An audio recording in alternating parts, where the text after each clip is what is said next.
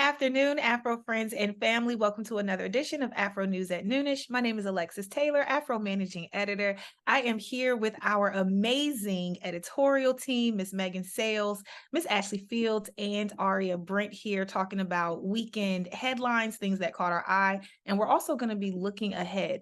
Now, this is going to be a very busy week. We have the Congressional Black Caucus Foundation's annual legislative conference taking place in Washington, D.C. at the Walter E. Washington Convention Center. That's going to be taking place from September 20th to the 24th. And y'all, I am so excited about this conference. There are going to be so many important conversations taking place, from protecting the future of Black education to the power of the ballot.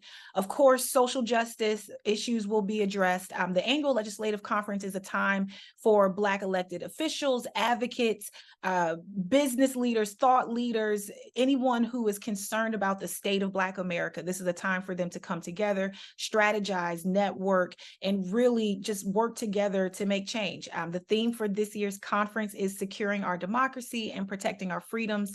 And of course, we're going to have a full Afro team on the ground each and every day of this conference.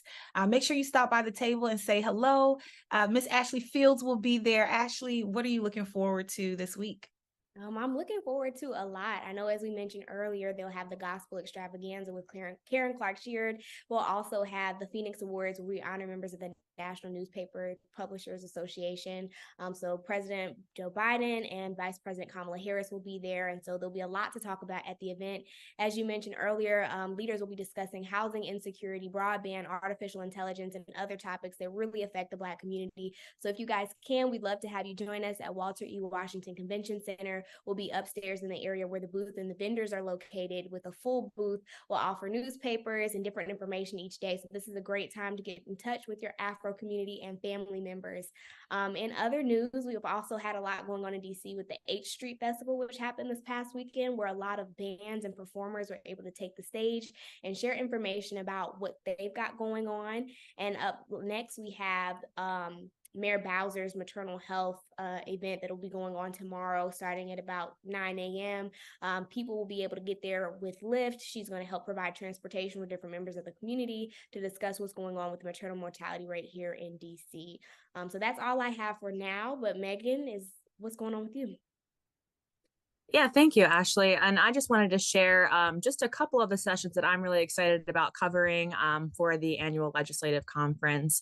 One of those sessions is going to be on cannabis. As we know, Maryland just legalized adult use cannabis, and many more states are in the process of creating legislation and equity plans around cannabis. I'll be attending a panel on creating conditions for Black businesses to succeed in the cannabis industry, and to learn how we can address systemic barriers to the industry. We know it's a very expensive industry to get into, and we'll be hearing from some of the Black cannabis entrepreneurs like Hope Wiseman, who I've actually covered in the past. She runs Marion Main Dispensary in PG County. So I'm very excited about that session. And then the other panel that I just wanted to quickly mention is from the National Association of Real Estate Brokers, which is discussing how to address the housing shortage in Black communities.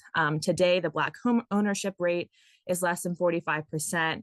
It lags behind every other racial group. So this session is going to be covering new strategies to increase Black homeownership. So I'm very excited about that one. That will be on Friday.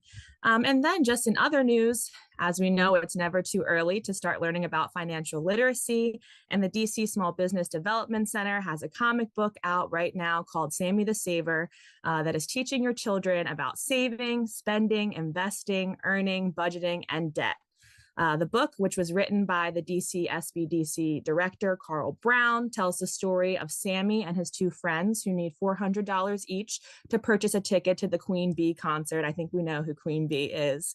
After getting $100 from his father, Sammy teams up with his friend Katrina to invest the money in a t-shirt business in order to turn a profit and save up for those concert tickets. And I won't give away the whole story, but you can go to sammythesaver.com to get your copy of the comic book. It's just really interesting to see how people are getting innovative with how we can teach kids about financial literacy. It's definitely something that's extremely important for kids to know, especially since kids will get jobs, when they're in high school and things like that. They need to know how to save and prepare for their financial future.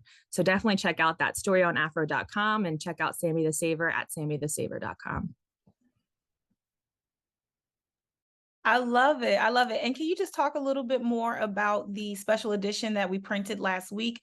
If you haven't had a chance to check out last week's edition of the Afro, it is dedicated entirely to finance. And so, financial literacy, how to instill that in children.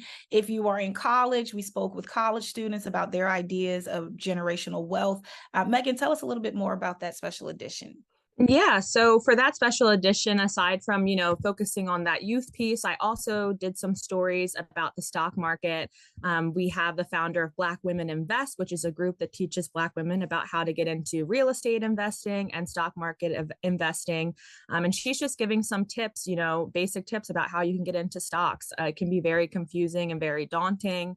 And I even spoke to one of the members of her organization who said, really the biggest barrier to her was just that she thought it was going to be extremely time consuming to invest in the stock market. But once she learned about index funds and some of those basic tips and tricks, it became really easy to her. And then the other thing with that finance edition, I also looked into how if you are a parent out there and you own a business, you can hire your children and you can start saving money in a Roth IRA for them, which then can grow to millions of dollars for their retirement. And the article really walks through how you can do that.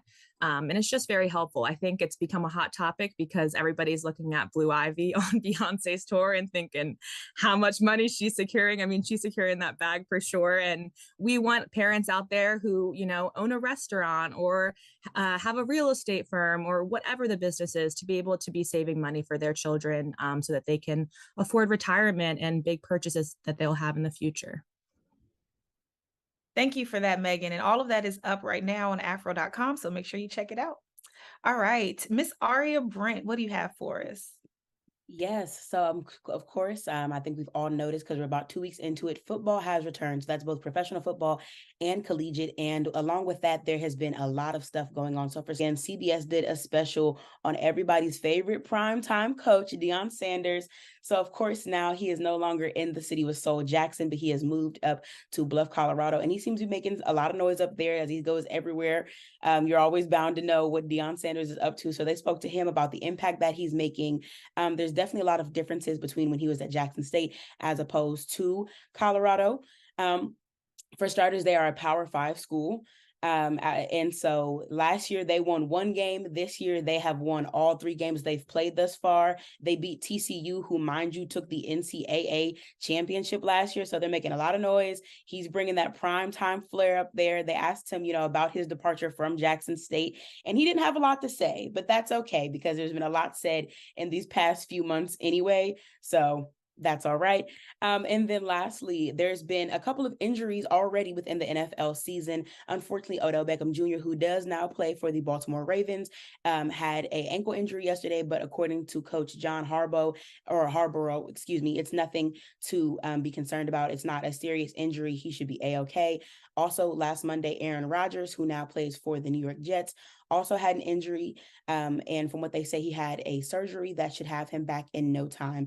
I believe that he tore his Achilles, but they're saying that he's not out for the season by any means and that he'll be making a return. He, quote, said, "Watch what I do." So I guess that there's a lot more to be anticipated for this upcoming football season, both collegiate and professional. But yeah, so there's a lot to look forward to in sports. Thank you, Aria. All right. So, a lot happening in the sports world, on the political front, in the business arena. There's a lot going on. So, thank you for joining us for another edition of Afro News at Noonish. If you are in the DC, Maryland, Virginia area, we hope to see you at the Congressional Black Caucus Foundation's annual legislative conference this week.